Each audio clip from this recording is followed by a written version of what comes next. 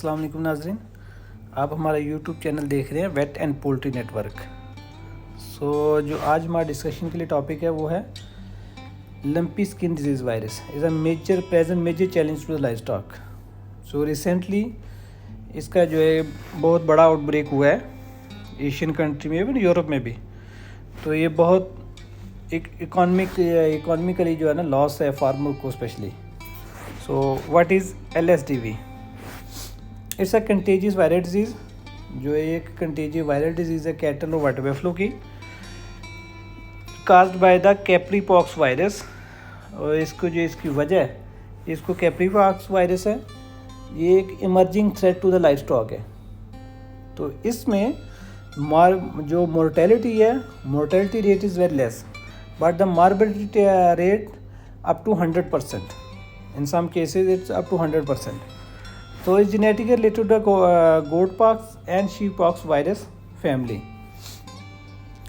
So एक estimated एक idea के अंदाजे के मुताबिक कि in the world 5 million dairy farmers and meat sellers are suffering from economic fallout due to LSDV breakout.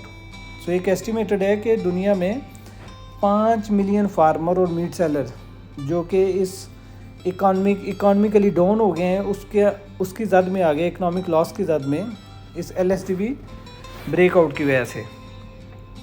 ये स्टिल नोटिफाइड डिजीज़ है, world organisation of animal health. Notified disease वो है कि जब एक कोई भी डिज़ीज़, कोई सर्टन डिज़ीज़ और जो उसकी इलनेस हो रही होती है, तो जो गवर्नमेंट इससे अथॉरिटीज़ हैं वो उसको मस्ट इन्फॉर्म करते हैं अपने लोगों को उसके रिलेटेड कि ये डिज़ीज़ है, हम इसको प्रिवेंटिव एक्शन लेनी चाहिए इसके अगेंस्ट। सो ये still notified disease by OI because है potential rapid spread and substantial economic importance. ये नोटिफाइड डिजीज़ क्यों रखी गई है? क्योंकि तो इसका जो स्प्रेड है वो बहुत रैपिड है और इससे बहुत ज़्यादा इकोनॉमिक लॉस होता है। Mortality is below 10% but morbidity rate up to 100%. Initial incubation period is 6 to 9 and temperature is at sometime above going 51 degrees centigrade. Yes.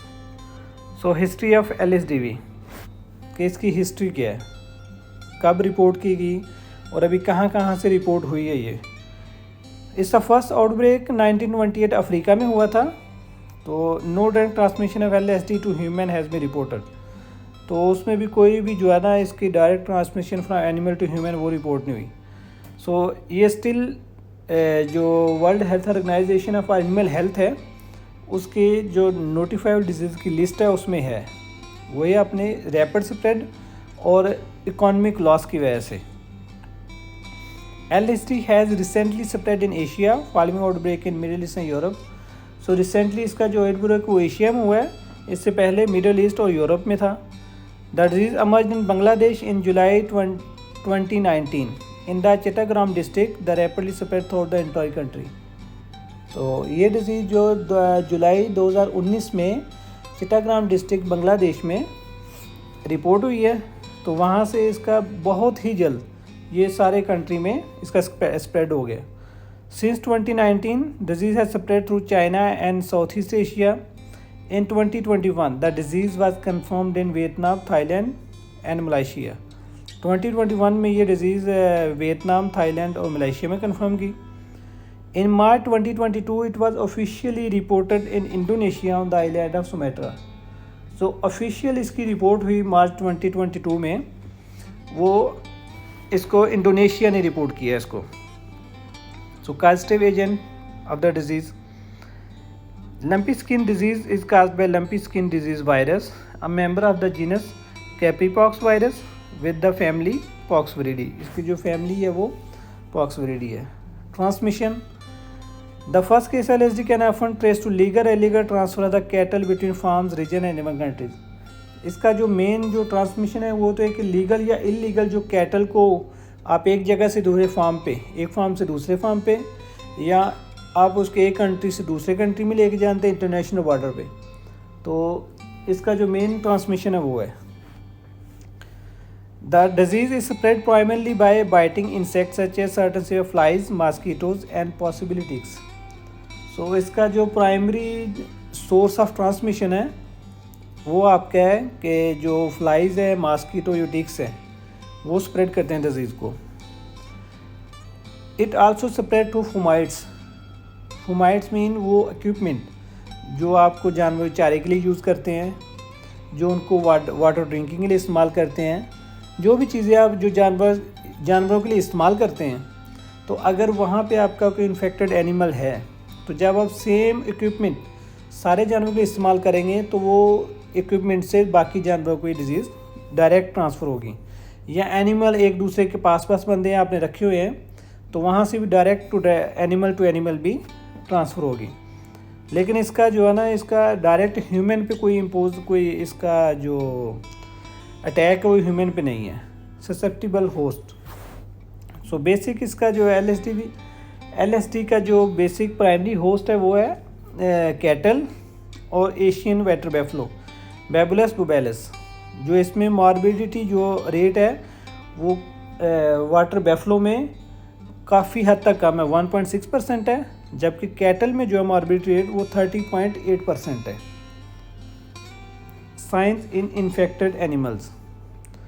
The nodule up to 50 diameter develop on the skin around the head, neck, genitals and limbs.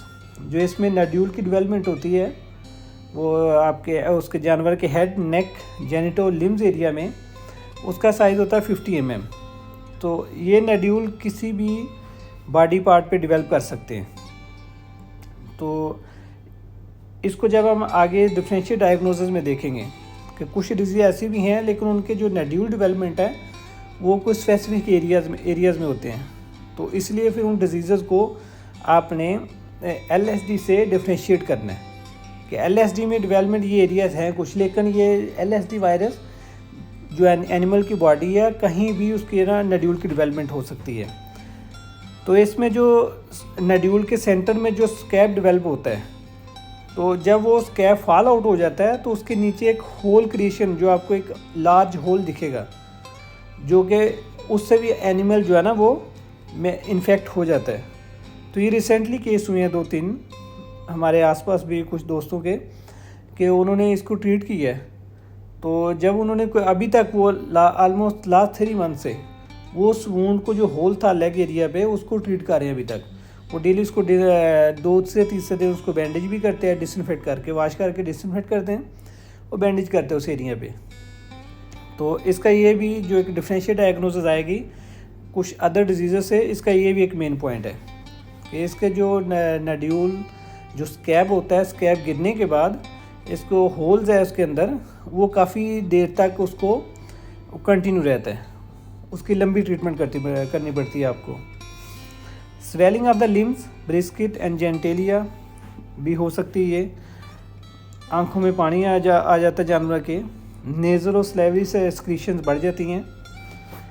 Animal disease में asymptomatic है कि ऐसा animal जिसमें कोई भी disease के sign ना show हों लेकिन वो एनिमल इन्फेक्टेड होता है. तो इसका ये भी कैरेक्टरिस्टिक है डिजीज़ का कि इसमें एनिमल एसिम्टोमेटिक भी होते हैं लेकिन एक्चुअली वो जानवर इन्फेक्ट होता है. तो ये कुछ फ़ोटोज़ हैं जिसमें आप देख सकते हैं कि जानवर के स्किन एरिया में किस तरह जो ना नड्यूल डेवलपमेंट है, जो बैक एरिया है, फ्लैंक एरिया है. फिर आप इसमें देख सकते हैं कि जो इसका वहाँ जो नड्यूल था, नड्यूल से जब स्कैल्प उतरा है तो उसका आप होल देख सकते हैं उसमें कि ये किस तरह होल को छोड़ जाता है और फिर इसको बाद में आप लगातार ट्रीट करते रहते हैं. तो डायग्नोसिस हैं. डायग्नोसिस जो इसके टिपिकल नड्यूल है स्किन के, आप उससे जो है ना ये स्ट्रॉन्गली सजेस्टिव है कि यानी ये LSD भी है. लेकिन फॉर फर्दर कंफर्मेशन अगर आपने इसको तो आप उसका सैंपल लेके नड्यूल से तो लेबॉर्ट्री से डायग्नोज कर सकते हैं. तो antigen testing can be done using direct immunofluorescent testing, viral neutralisation और एलाइजा. एलाइजा के थ्रू भी आप इसको कंफर्म कर सकते हैं. डिफरेंशियल डायग्नोसिस के ये कौन कौन सी डिजीज़ के साथ आप इसको कंफ्यूज हो सकती है। LSDV कौन सी डिजीज़ के साथ कंफ्यूज हो सकती है। सो LSDV can be differentiated from the following: bovine herpes mammalitis. Dermal lesions look like those caused by LSDV, but lesions are more superficial and course of disease is more shorter and less severe.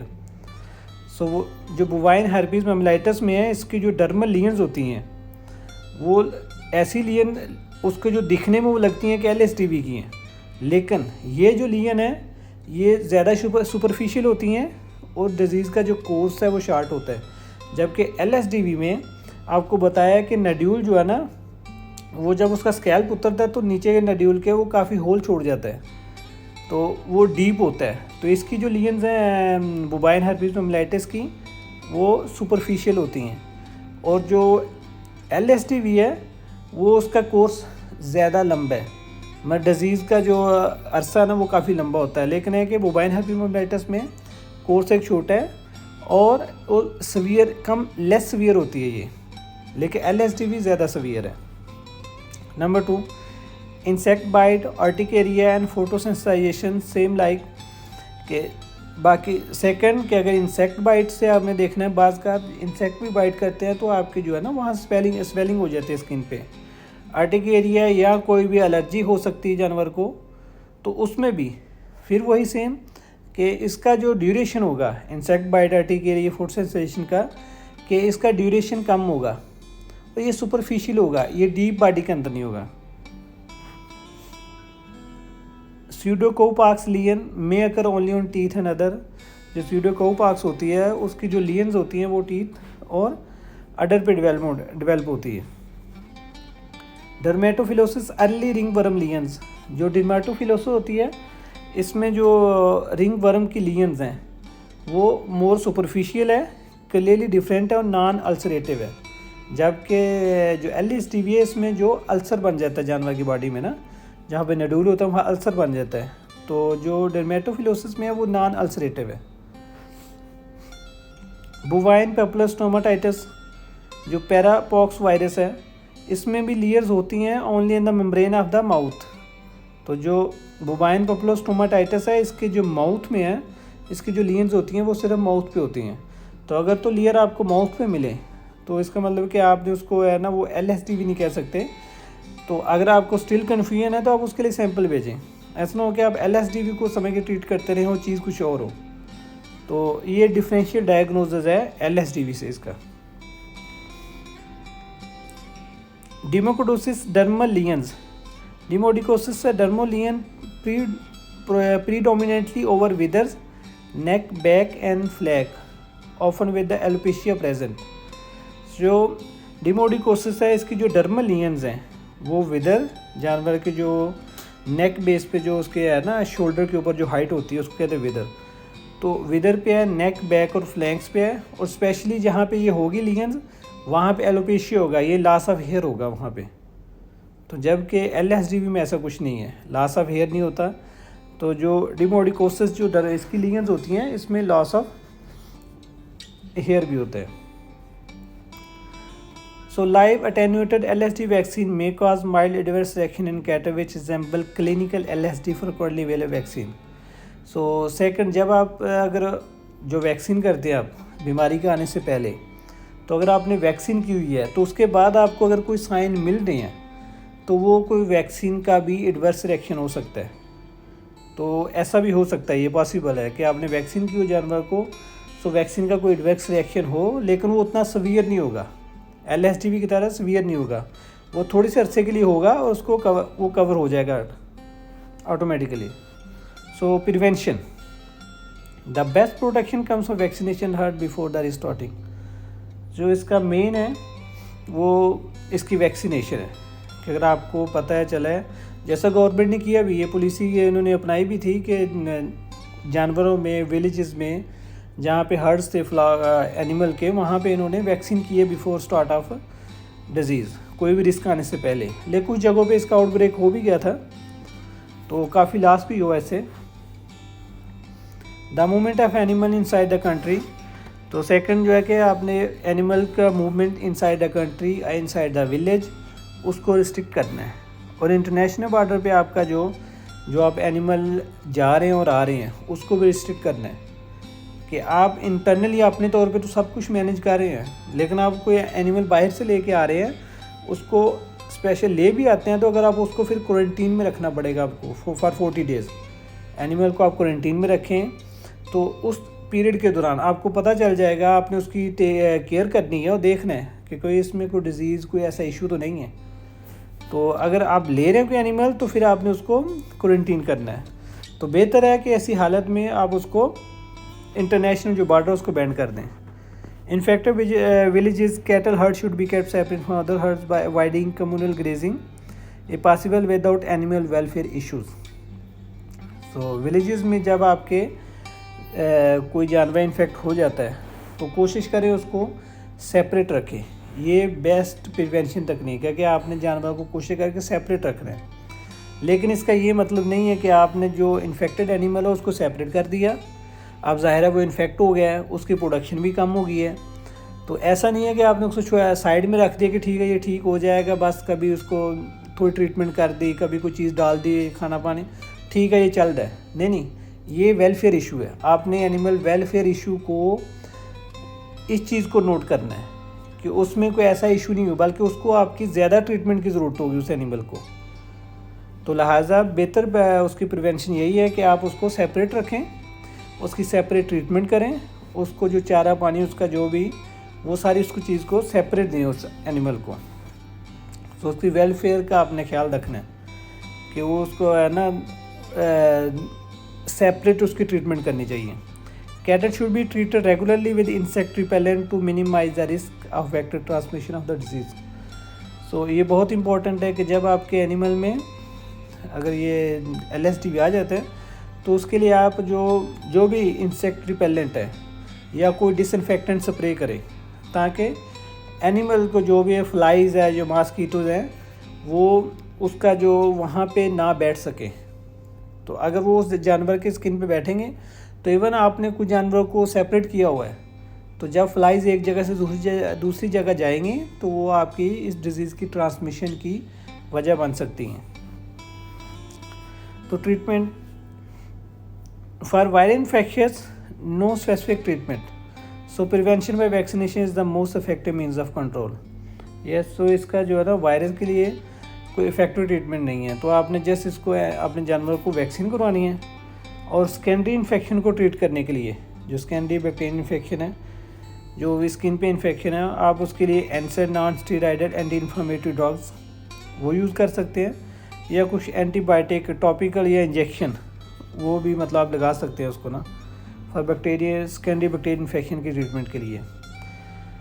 सो उसके लिए second आपने, third कि आपने उसकी body पे Dettol या कोई भी डिसइंफेक्टेंट है वो स्प्रे करें, ताकि उसका जो है ना जो ट्रांसमिशन है फ्लाइज या उसके थ्रू वो ना हो सके maximum. So it will prevent to flies to spread infection to other animals. Thanks for watching.